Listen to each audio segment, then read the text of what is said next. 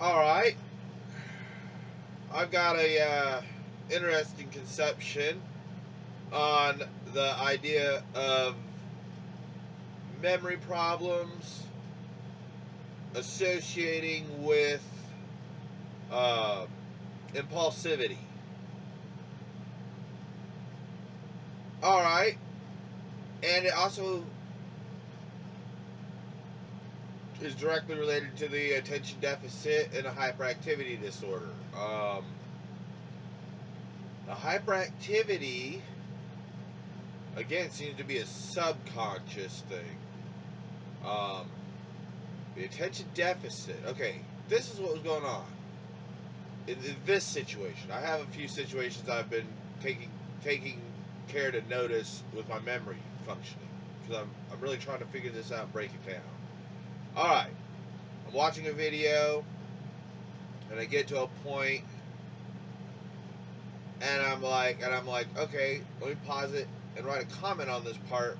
But wait a minute, I'm only like 3 minutes in on an hour and 10-minute long video.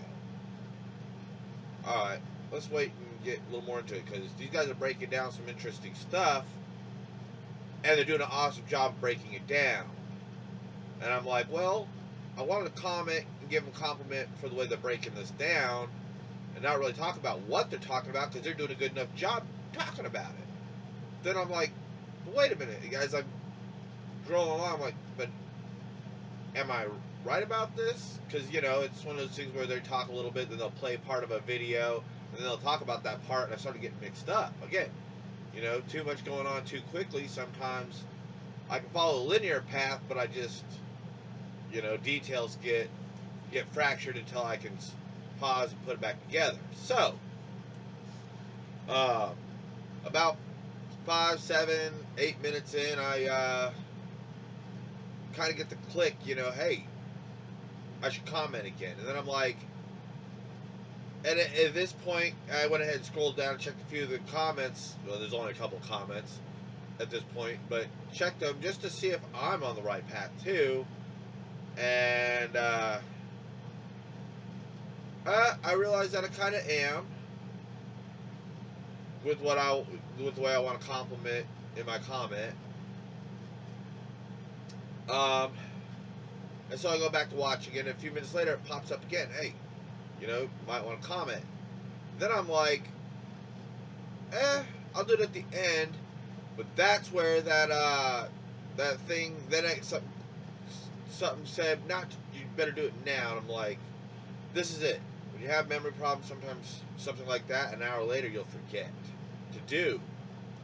And so what you do is you go ahead and do it now, get it over with, so that you don't even have to worry about forgetting it, let alone remember to remember it. Yeehaw. Like I said, you know, that's one of the reasons why, you know, working around with these devices is, you know, the robots really do help me in life.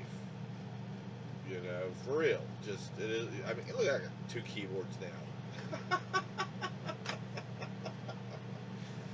Oh, and I'm still slugging my coffee about a half gallon.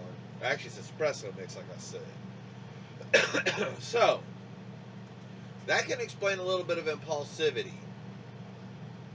If you're not well rehearsed, or in the category of understanding like I am, I can imagine how hard life would continue to be, especially around other people that can't accept those kind of things exist, you know.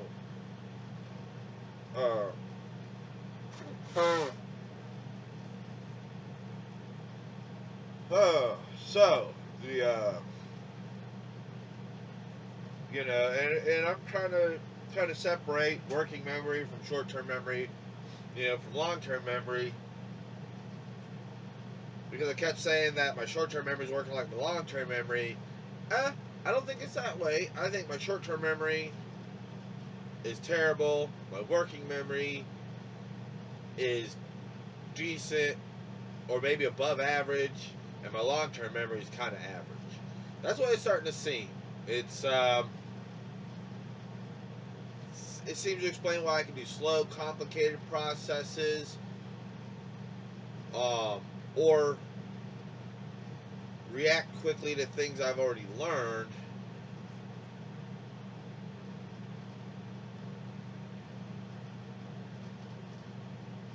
Yeah, I guess it does explain why I'm quote good in a fight, so to speak. I dodge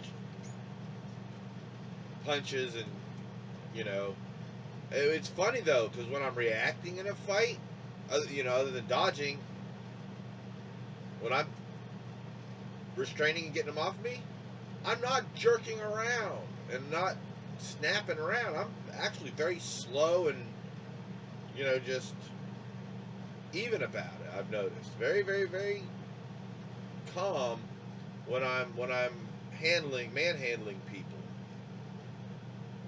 Eh, it's a gift. Well, I reckon I'll call that a video and we'll do some more about memory later.